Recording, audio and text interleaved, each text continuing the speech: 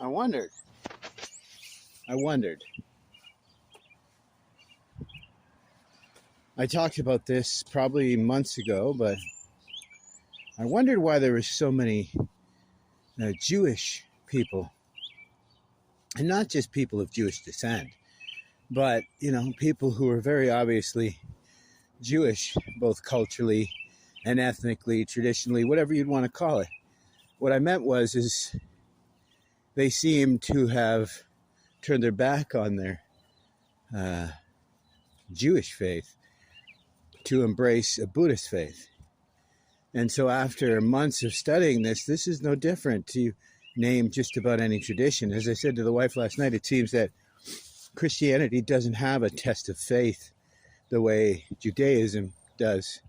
I mean, you need to speak a special religious language and be as devoted as the definition in every other language of faith, right? Devotion, commitment, and confidence in the path that you follow, the religio. But here we are. So I want to talk about, how weird things happen. I came across this meta article that just sounded fantastic. It was a comparison. I'm going to go talk about it later. But it is about religion and health. And I am one of these heretics in the sense that I don't feel that we need to believe one way or the other. In fact, we can't. I feel that if it is a proven affect of the human experience, that either we believe that our meta-beingness, the fact that we produce amazing things, whether that's because we have such a low opinion of our potential or we are something special, something beyond ourselves because we can achieve so much, I think it matters not. If there is a God that empowers that talent, great. If there isn't, and the affect, the fact that we are just these what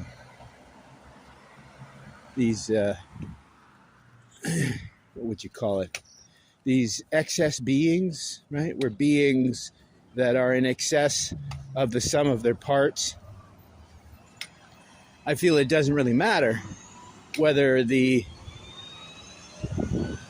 experience of religion is as a result of some sort of system that exists outside of ourselves or simply a system that exists within ourselves.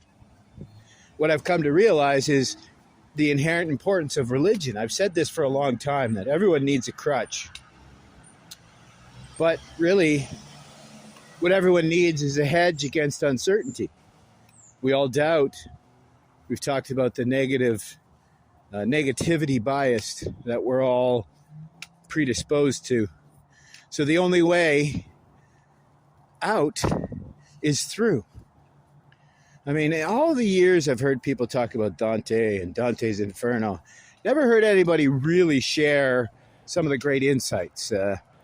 Recently, I think they were talking about how disloyal people went to the seventh circle of hell. But no one's ever talked about this idea that truly, if life is absurd or life is a spiritual experience, it really doesn't matter, because truly the way out is through. Oh, this fucking young girl running a red light on her phone. Unbelievable. The way out is through. Really, arguably, Buddhists are right in a sense, because we really are the source of most of our suffering and our dissatisfaction in life. And so that change is immediately for the religious person, because they have something to turn to for confidence or to hedge against uncertainty. As I've said before, one of the hardest things for us to do as humans is to forecast the future. And it's not just, believe it or not, not just because it is so hard to tell, and the fact that we tend to doubt and we tend to be so negative. But the real truth is we tend to love the smell of our own farts so much that we think our ideas are the best ideas, no matter what. As Nietzsche said, worst enemy to truth, worse than lies, is convictions, right? Because lies and truth can be, well, they can be articulated. Convictions, well, convictions are just, as Nietzsche said, tradition are just peer pressure from dead people, right? So what I've come to realize, I'm going to go home, I'm going to read that article about religion and its impact on health. I'm pretty sure I know what it's going to say and what it's going to indicate. It's really a long period of time too. It was almost 20 years. They were studying this. They looked at over 100 different studies and surveys. And I think what we're going to find, right? Because this morning they were talking about how people are moving back towards orthodoxy, Catholicism. I see that in Buddhism. People are embracing some of the more extreme ends of the spectrum, right? I was an outsider, a loner for decades, being a tantric Buddhist. This idea of a Buddhist who isn't just applying mindfulness here and there, but a Buddhist who has an entire worldview that is shaped, influenced, and defined by what we hold to be true, our religio. So I know that sounds silly, but what I'm getting at is, I think upon reading this study, what I'm going to find is the answer is devotion. It's commitment. It's confidence in whatever path we choose. But as I said, Tim McCandless wrote a speech in a movie called Secondhand Lions that I think is beautiful. And I really should send him an email and say, hey, bud, I know you probably get 1 million of them, but I really would love to talk to you about that one speech, right? And I truly believe that he hit on this idea that the only reason why good does not triumph over evil each and every time is because we don't believe it to be true. We don't hold these things to be true. But as the speech goes, sometimes the most important things in life to believe aren't necessarily true. But what I say is, they don't have to be true. As long as they're not lies, then they're worthy for us to endeavor towards, right? As Hemingway said, it's not honorable being better than anyone else. The only honorable endeavor is to be better than your previous self. And one step deeper than that is, once you begin to better yourself, you can then work on truly what is self. And that's why I love Vedanta and Shaivism and Tantric Buddhism, because they don't ignore the truth of the soul. Even in Buddhism, it's not often talked about, but it's called the Amala Vijnana. It's perfect. Perfect. Which is why I say, if Nietzsche had been introduced to Tantrism, particularly Buddhist Tantra, I think he would have found the solution for our modern malaise. That is his amor fati. His amor fati, his love of fate, and his Übermensch is already in Tantra, right? I mean, really, as the Bible says, right, there is nothing new under the sun, right? So Nietzsche was just rewording these stories, as Huxley said, worse than knowing that we could learn from history, worse than knowing that we will repeat said history over and over. The worst part is knowing all of this, we still will not learn from our past. So that is within Tantrism. This perfect nature, amala vijnana, is arguably something to shoot for, because I think in no small part the reason why the Buddhists don't talk about it is, like Nietzsche said, it's unlikely you're ever going to achieve this perfected beingness or suchness, amala vijnana, soul. I'm comfortable as a Buddhist to call it a soul. Many aren't. Like I talked about this once.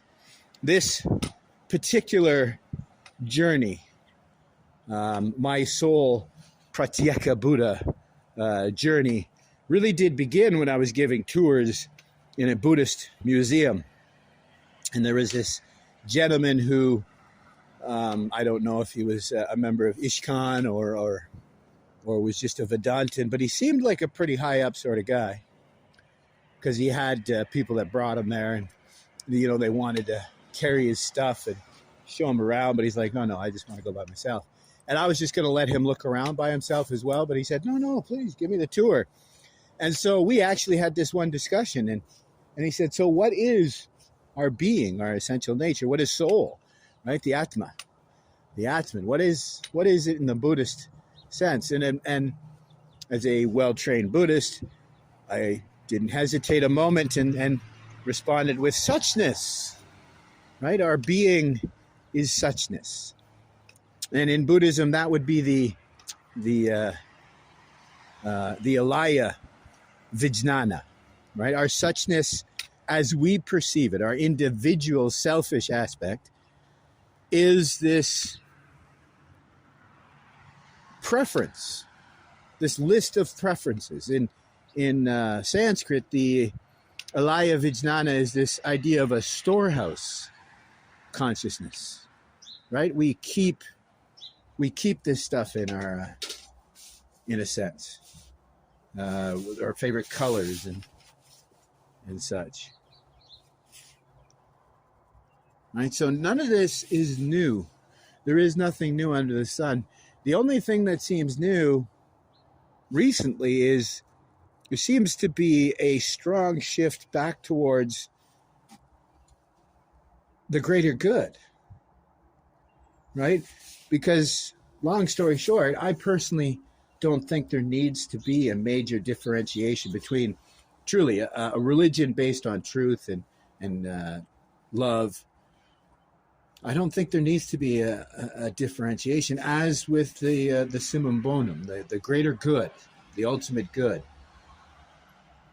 I think, as I often quote from the Quran of all places, this idea of people who do good works followed by good works and turn towards truth, those are the true believers and fellow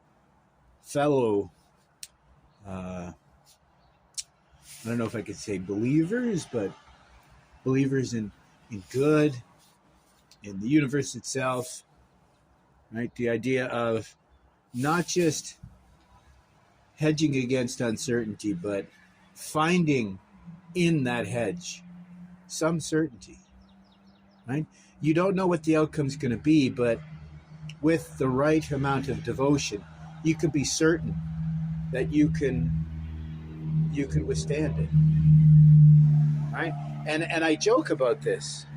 If you want a biblical reference, forget about the Gita, which is pretty obvious. On a number of occasions, the Yoga Sutras of Patanjali, Buddhism, all of these things are pretty simple. But I think this is in Matthew 14 of all places, where Jesus had been followed, and he gave some lessons to not just his direct disciples, but a bunch of villagers. And so after he had answered all their questions, he says, listen, I'm going to go off and meditate on my own, which we all should do, take some time to ourselves. And he said, which I think makes my case. The villagers went around the lake to the other side of the lake, and the way the story goes is Jesus sent his disciples out onto the lake in a boat on their own and sent them out on this call to adventure, right? To be disciples themselves. Remember that Jesus wasn't baptizing, it was his disciples that were baptizing. So I think this is an attempt to teach this idea that to better yourself comes with it, I guess we could call it like a noblesse oblige. Comes with it a certain amount of obligation to help your fellow human being. And I think that's what sending the disciples out on the water in a boat by themselves was intended to represent and to teach, is that, okay, now I've been teaching you, never mind the villagers, but I've been teaching you firsthand, closely, one-on-one for a very long time. I think it's time for you to set out on your own adventure. And I think Matthew 14 speaks of how, and he says it directly, "O ye of little faith," that's a different spot, but this idea that he says, well, you lost faith. Because even Simon, with enough faith, was able to walk on water just as Jesus did. And that isn't often discussed, the fact that it wasn't just Jesus who walked on water. And I think that makes this case that the idea is to teach us the ministry. And what is this ministry? It's to be an individual, to be a self-sustaining and maintaining individual. So we can walk on water. The only danger is doubt. Doubt can lead to drowning and death. And I think there's your idea of this eternal life, right? Because having faith in your path, even if you're uncertain of, where it may take you, if you're certain that your confidence in your decision-making abilities and your ability to be aware and present and to point yourself towards the good, and having the confidence that truly all that is missing in this world is more people that are devoted to the good. Because evil only triumphs over good, in my opinion, when we doubt the truth